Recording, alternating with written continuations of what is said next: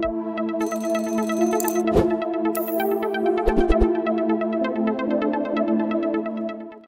Dear students, आज हम लोग रेक्टिफायर के बारे में सीखने जा रहे हैं। क्या होता है रेक्टिफायर, बताइए तो। क्या करता है रेक्टिफायर? रेक्टिफायर एक डिवाइस है जो कन्वर्ट करता है एसी को डीसी में, बस वेरी सिंपल।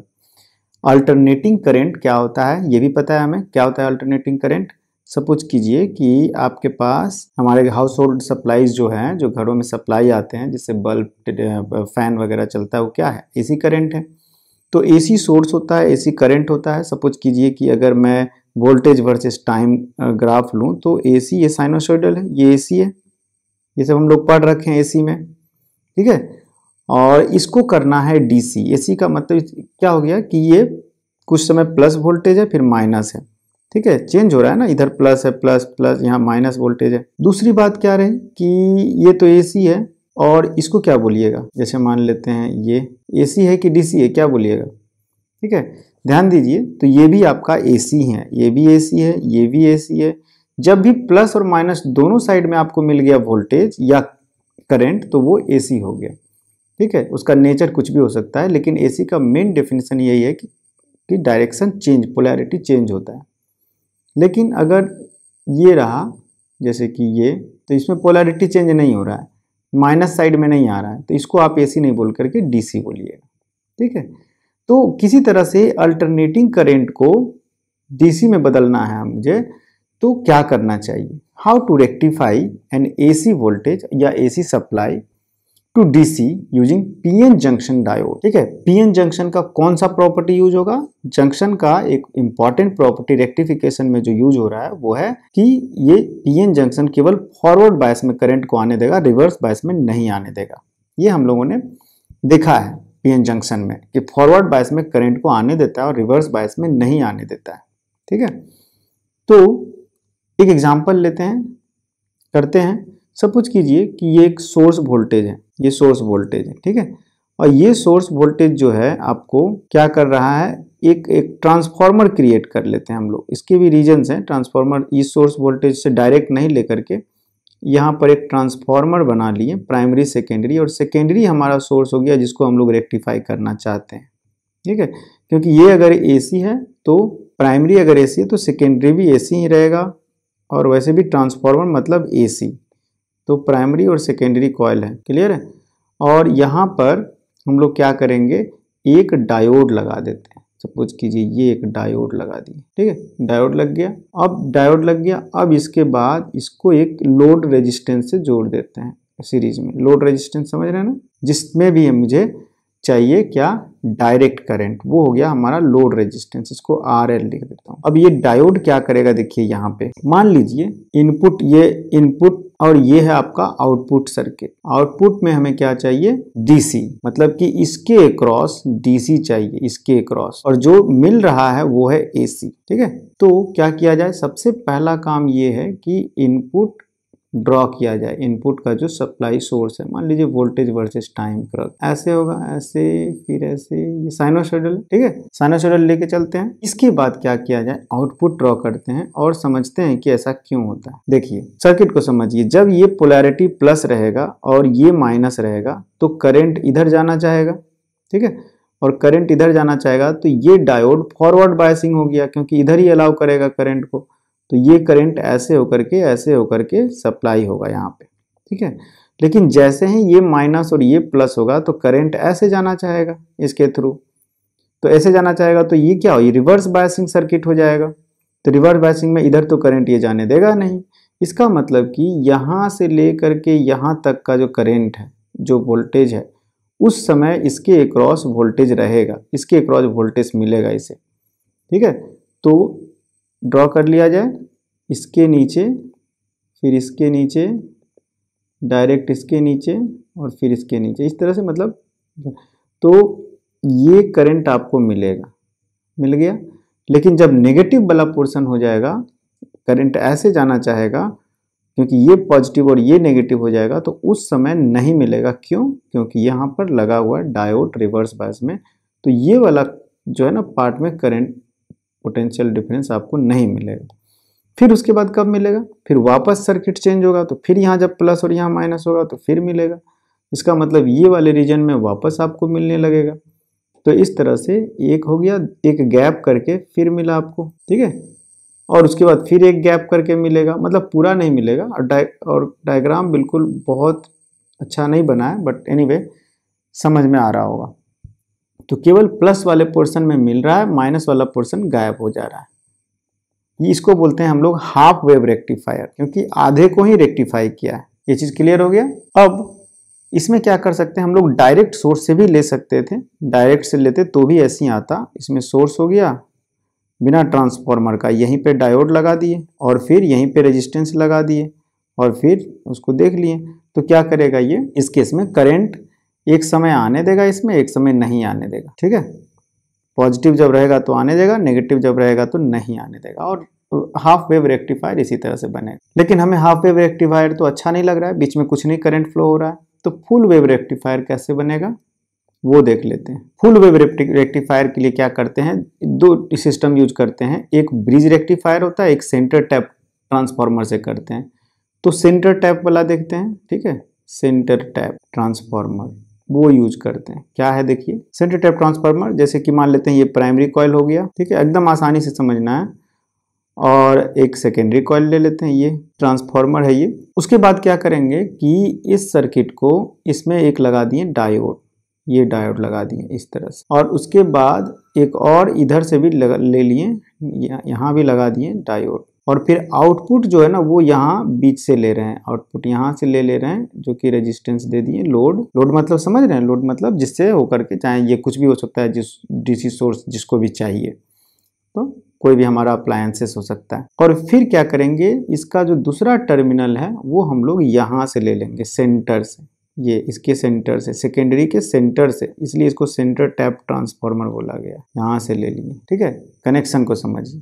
तो मान लेते हैं कि यहाँ पर प्राइमरी सोर्स कुछ होगा, ठीक है, एसी सप्लाई कर रहा होगा, ऐसे दिखा भी सकते हो, नहीं भी दिखा सकते हो, ऐसे सप्लाई कर रहा होगा प्राइमरी सोर्स। तो ये आपका प्राइमरी है, प्राइमरी कॉइल ट्रांसफार्मर का, और ये सेकेंडरी है, ठीक है। सेकेंडरी के बीच से लिया गया है, ध्यान रहे ये चीज। मान लेते हैं कि इनपुट जो है आपका क्या है, ये इनपुट है, ठीक है, इस तरह से फ्लक्चुएट कर रहा है। और आउटपुट आपको देखना है कि वोल्टेज टाइम या करंट टाइम ले सकते थे आउटपुट में, ठीक है, इसके अक्रॉस वोल्टेज या करंट इसमें कितना जाएगा। तो क्या किया जाए, सबसे पहले देखिए ऐसे देखना है कि ये फुल वेव कैसे कर रहा है। तो जब ये प्लस रहेगा तो यहाँ पर उसके कंपेयर में लो वोल्टेज रहेगा, ये प्लस और ये माइनस होगा। लेकिन इस अगर ऊपर से नीचे तक जाते जाएंगे प्राइमरी में, तो अगर ये हाई वोल्टेज है तो ये लो वोल्टेज होगा, ठीक है। तो यहाँ पर अगर ये हाई है, लो है, दोनों अपोजिट होता है। लेकिन हम सोर्स इस कर्व के लिए बात इस सर्किट का बात कर रहे हैं केवल, तो इस सर्किट में आते हैं तो ये प्लस और ये माइनस, मतलब कि ये हाई पोटेंशियल, ये लो पोटेंशियल पे है, तो ये भी लो पोटेंशियल पे होगा, ग्रेजुअली डिक्रीज हो रहा है। तो ये हाई पोटेंशियल और ये लो पोटेंशियल पे जब रहेगा तो करंट इसमें इस तरह से फ्लो होगा। फ्लो होने के बाद ऐसे आएगा और इधर से होकर के ऐसे चला जाए। इसमें क्यों हो रहा है, इससे क्यों नहीं गया ऐसे, इससे, क्योंकि ये रिवर्स बायस कनेक्शन हो जाएगा, तो करंट इससे नहीं आएगा। तो इस सर्किट समझ में आ रहा है, ऐसे ऐसे ऐसे ऐसे होकर ऐसे चला गया, तो इस समय मिल गया। मान लेते हैं इस डायोड को बोलते हैं D1 और इस डायोड को बोलते हैं D2, ठीक है। तो फर्स्ट टाइम मान लेते हैं कि जब वो पॉजिटिव था तो D1 ने दिया, ये D1 दिया, चलो। और सेकेंड बार क्या होगा कि उल्टा हो गया, ये मान लेते हैं कि हाई पोटेंशियल पर चला गया और ये लो पोटेंशियल पे है कंपेरेटिवली। तो जब ये हाई है और ये लो है तो उस समय क्या हो जाएगा आपका कि करंट इधर से ऐसे जाना चाहेगा, तो ये वाला डायोड एक्टिव हो जाएगा ऐसे, और इधर आना चाहेगा नहीं क्योंकि यहाँ रिवर्स बायस हो जाएगा। तो ये ऐसे आकर के इसके थ्रू आकर के ऐसे करके यहाँ पहुँच जाएगा, ठीक है। इधर से आया और इधर से होते हुए यहाँ पहुँच गया। तो दोनों बार में देखिए करंट, ध्यान दीजिए कि एक बार ऐसे होकर के करंट फ्लो हो रहा है और एक बार ऐसे होकर के करंट फ्लो, लेकिन दोनों टाइम में एक ही डायरेक्शन में करंट फ्लो हो रहा है, आई इधर, ठीक है।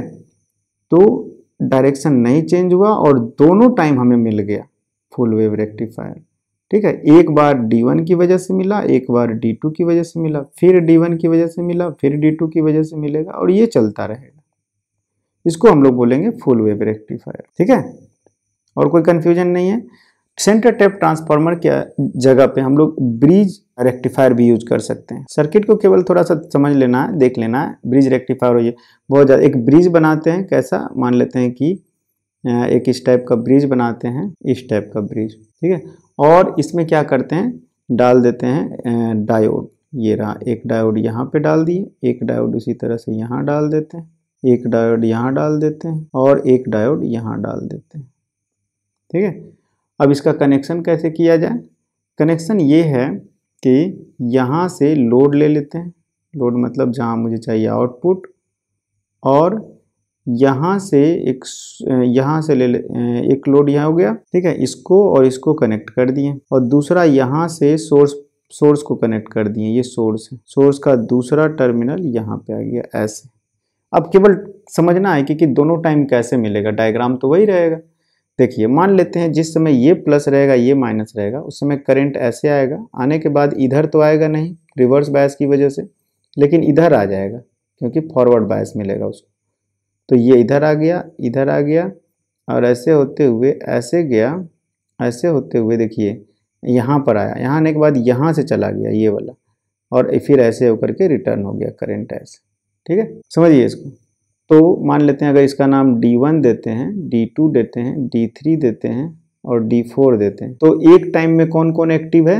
एक बार में D1 नहीं D2 और D4 एक्टिव है। फिर से ध्यान से देखिए, प्लस यहाँ है तो ऐसे आया, ये D2 एक्टिव हो गया, फिर ऐसे होते हुए D4 एक्टिव हुआ, फिर जा करके खत्म हो गया। तो एक बार में D2 और D4 एक्टिव है ना, ये हो गया फर्स्ट हाफ। और बाद में फिर सेकेंड हाफ में कौन एक्टिव हो जा रहा है? सेकेंड हाफ में आपका एक्टिव हो जा रहा है D3 और D1, ठीक है। D3 और D1 एक्टिव हो जा रहा है, ये आपका हो जा रहा है, ठीक। ये आया, ये आने के बाद यहाँ गया, आने के बाद यहाँ गया ऐसे। तो आप ये भी कह सकते थे यहाँ क्यों नहीं गया, तो चलिए ये तो समझ में आ रहा है कि यहाँ इसलिए नहीं गया कि रिवर्स बायस है, लेकिन इसके बाद ये भी रिवर्स बायस है, ठीक है। ये कह सकते हैं कि जैसे यहाँ से यहाँ आया, यहाँ आने के बाद ये, तो इसमें एक चीज़ और आप क्वेश्चन कर सकते हैं कि ऐसे जा रहा है, जाने के बाद ये और फिर ये और ये, लेकिन इसके बाद आपके पास दोनों है डायरेक्ट फॉरवर्ड बायस में, ये भी है, लेकिन आता है केवल नीचे वाले से, क्योंकि यहाँ पर नहीं जाएगा, क्योंकि ये जो है इसमें ये हाई पोटेंशियल है और ये लो पोटेंशियल है, जिसकी वजह से ये इधर नहीं जाएगा, ठीक है। ये इधर जा करके ऐसे रिटर्न हो जाएगा, ठीक है। तो ये आपका है फुल वेव रेक्टिफायर। अगर रेक्टिफायर में एक प्रॉब्लम है, क्या है कि जब हम रेक्टिफाई कर तो दिए हैं, लेकिन इसका फ्लक्चुएशन जो है वो हमारे डिजायर्ड नहीं होता है। नॉर्मली ये जो करंट या वोल्टेज जो है वो फ्लक्चुएट कर रहा है, ठीक है। करंट क्या होगा, I=V/R, तो करंट भी इसी तरह से वेरी कर रहा है। ऐसे फ्लक्चुएशन अनडिजायर्ड है, इसको रोकने के लिए हम लोग क्या करते हैं, कैपेसिटर फिल्टर का इस्तेमाल करते हैं, समझे, फ्लक्चुएशन को कम करने के लिए। वो क्या चीज़ है, देखिए सपोज कीजिए इस टाइप का, सपोज कीजिए कि ये एक रेक्टिफायर है, इसको मैं रेक्टिफायर बोलता हूँ, ठीक है। वो हाफ वेव फुल वेव, जो फुल वेव रेक्टिफायर सपोज कीजिए कि इसमें इनपुट दे दिए हम लोग, इनपुट AC सोर्स दे देंगे, और ये क्या करेगा, इस इनपुट AC सोर्स को रेक्टिफाई करके दे देगा आउटपुट में, जो कि फुल वेव रेक्टिफायर है, DC में दे दिया, लेकिन वो DC जो है फ्लक्चुएट कर रहा है। तो उस फ्लक्चुएशन को रोकने के लिए हम लोग क्या करेंगे, सपोज कर लिए ये आउटपुट है, यहाँ पर लोड है, इस लोड को DC मिल रहा है, अभी तक हम लोग यही देखे थे।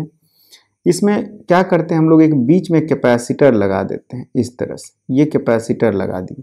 अब कैपेसिटर लगाने से ये क्या फ़ायदा हुआ है उसको समझते हैं सर्किट के थ्रू। मान लेते हैं ये इनपुट है, और हमें चाहिए आउटपुट, ठीक है। तो चीज को समझिए कैसे क्या हो रहा है। इनपुट ये नहीं है, मान लेते हैं इसका जो X और Y जो आउटपुट है, जो सर्किट से रेक्टिफाई होने के बाद मिलेगा, वो आपका कैसा मिलेगा, रेक्टिफाई होने के बाद कुछ ऐसा मिल रहा है। सपोज फुल वेव रेक्टिफाई तो हम कर लिए, अब इस फुल वेव रेक्टिफाई को थोड़ा स्मूथ करना है, उसके लिए हमने क्या लगाया है, कैपेसिटर। ये V वर्सेस टाइम है सब। तो कैपेसिटर लगाया है, तो क्या करता है कैपेसिटर, समझिए इसको। जब ये प्लस है, ये वाला चीज ले लीजिए, बढ़ रहा है, तो करंट जो है इधर फ्लो हो रहा है ऐसे, और उसके साथ साथ क्या हो रहा है, कैपेसिटर को चार्ज कर रहा है, क्योंकि इसमें भी तो करंट आएगा। तो कैपेसिटर चार्ज हो रहा है, ये प्लस और ये माइनस, ये प्लस और ये माइनस चार्ज हो रहा है। तो यहाँ तक आएगा तब तक कैपेसिटर चार्ज होते रहेगा। समझ रहे हैं, ये करंट भी फ्लो हो रहा है रेजिस्टेंस के थ्रू भी और कैपेसिटर भी चार्ज हो रहा है इस पीरियड में। तो इस पीरियड में करंट को चलिए दिखा देते हैं। फर्स्ट वाला ये जो है आपका, ये यहाँ से यहाँ तक करंट मिला, ठीक है। उसके बाद क्या हो रहा है कि करंट अब घटना चाहता है। कौन से पीरियड में? इस वाले पीरियड में। इस वाले पीरियड में जब करंट घटना चाहता है तो करंट अब ज़्यादा देगा नहीं, करंट कम होना चाहता है। तो करंट कम होना चाहता है तो ये तो कैपेसिटर उस समय मैक्सिमम चार्ज हो चुका था ना। जब मैक्सिमम वोल्टेज पे जाएगा तो कैपेसिटर भी मैक्सिमम वोल्टेज पे जाएगा, जब एक्स एंड वाई के बीच मैक्सिमम वोल्टेज रहेगा तो मैक्सिमम चार्ज होने के बाद कैपेसिटर डिस्चार्ज होना शुरू होगा। और डिस्चार्ज इधर नहीं होगा, डिस्चार्ज आपको इस तरफ होगा। और डिस्चार्ज जब इधर होगा इस तरफ तो कुछ करंट इसको मिलता रहेगा। तो इसकी वजह से ये जो है ना, ये जो डाउन होना चाहिए था वो डाउन नहीं होगा। क्यों? क्योंकि कैपेसिटर डिस्चार्ज होकर के इस लोड को रेजिस्टेंस देगा, लोड रेजिस्टेंस को करंट दे देगा। तो इसकी वजह से क्या होगा कि ये जो है करंट हमारा जो यहाँ पर ऐसे आ रहा है, ऐसे, ठीक है, जो करंट हमें चाहिए था ऐसे डाउन होना, वो डाउन नहीं होकर के थोड़ा सा ऊपर रहेगा। नहीं, क्योंकि उसको करंट तो अभी मिल ही रहा है। एक्स्ट्रा करंट किससे मिल रहा है? एक्स्ट्रा करंट डाउन का जो रेट है, यूं समझिए डाउन का रेट कम गया, कैपेसिटर से मिल रहा है, तो नहीं होगा। और यहां से लेकर के जब वो जीरो हो जाएगा, जीरो होने के बाद और आगे बढ़ रहा है, तो उस समय जब ये वापस बढ़ने लगता है तो करंट कैपेसिटर को चार्ज भी मिलने लगा। जब करंट वापस इस जोन में आएगा तो कैपेसिटर को चार्ज वापस यहां से मिलने भी लगता है। और तो जिसकी वजह से क्या होता है कि ये वाला जो कर्व है, यहाँ पर जो है आपको करंट कुछ ऐसा मिलेगा। ये देखिए, ये जा रहा है ऐसे, जाते जाते यहाँ ऐसे चला गया, ठीक है। मतलब कि इस दोनों जोन में जब घट रहा था तब और घटने के बाद जब बढ़ रहा है तब क्या कहाँ से मिल रहा है? कैपेसिटर से चार्ज होकर के उसको करंट मिल रहा है, डिस्चार्ज होने से, सॉरी, कैपेसिटर डिस्चार्ज होने से इसको करंट मिल रहा है। मतलब जो करंट डिक्रीज हो रहा था ना, उसको उतना नहीं डिक्रीज होने दिया। उसके बाद क्या होगा कि वापस करंट का फ्लो बढ़ जाएगा और फिर करंट मैक्सिमम हो गया, ठीक है, वोल्टेज मैक्सिमम हो गया। ये तो मैक्सिमम होने के बाद फिर वहीं पर वही सेम चीज रिपीट होने लगेगा। ये आपका फिर वापस ऐसे हुआ, वापस ऐसे होने के बाद वापस वही चीज रिपीट होगा, घटने नहीं देगा वो, कहीं और जा करके यहाँ पे जाकर फिर वापस ये वही चीज रिपीट होने लगा। ये तो कैपेसिटर क्या कर रहा है? कैपेसिटर एक तरह का बफर का काम कर रहा है। जब इसके पास करंट नहीं होता है तो चार्ज सप्लाई करके उस करंट को दे देता है, मेंटेन करता है, ठीक है। और जितना ज़्यादा कैपेसिटर के पास चार्ज रहेगा उतना ज़्यादा इजीली वो करंट दे पाएगा, ठीक है, जब ज़रूरत पड़ेगा तो इसका मतलब कि इसका जो कैपेसिटेंस जितना ज़्यादा रहेगा तो उतना ज़्यादा क्या होगा, कैपेसिटेंस जितना ज़्यादा रहेगा उतना ज़्यादा करंट इसको मेंटेन कर पाएगा, घटने नहीं देगा, ठीक है। तो अब ये चीज़ समझ में आ गया कि क्या हो रहा है यहाँ पे। ये वाला कर्व आपका गायब हो जाता है, ये नीचे जो है ना वो है नहीं एक्चुअली कैपेसिटर की वजह से, क्लियर है। तो ये मिल गया तो क्या हो गया, जो फ्लक्चुएशन था वो थोड़ा कम हो गया। फ्लक्चुएशन तो बिल्कुल ऐसे ऐसे था, अब क्या हो गया, ये देखिए ऐसे फिर ऐसे फिर ऐसे, ये हो गया। फ्लक्चुएशन उतना ज़्यादा नहीं है, समझ रहे हैं। तो क्या करना है, अब इसके कैपेसिटेंस को अगर मान लेते हैं कि और बढ़ा देते हैं, मान लेते हैं ये C1 कैपेसिटर पे है, अगर C2 अगर ग्रेटर देन C1 है, अगर दूसरा कैपेसिटर ले लेते हैं तो उसका क्या हो जाएगा, मैक्सिमम तक तो जाएगा लेकिन ये कुछ और इस स्टाइल में जाएगा, ऐसे देखते जाइए, ये और घटने नहीं दिया है ना, तो ये और स्मूथ कर दिया है कर्व। तो ये अगर C2 है तो हम कह सकते हैं कि C2 is greater than C1, क्योंकि जिस कैपेसिटेंस ज्यादा होगा तो चार्ज ज्यादा अपने आप रखेगा और ज्यादा चार्ज दे पाएगा, यही चीज है, ठीक है। तो ये स्मूथन हो गया है लगभग। तो इस तरह से आपको समझ में आ गया कि कैपेसिटर से किस तरह से फिल्टर का काम हम लोग कर सकते हैं। फिल्टर होता है कैपेसिटर से, ठीक है। Okay, thank you.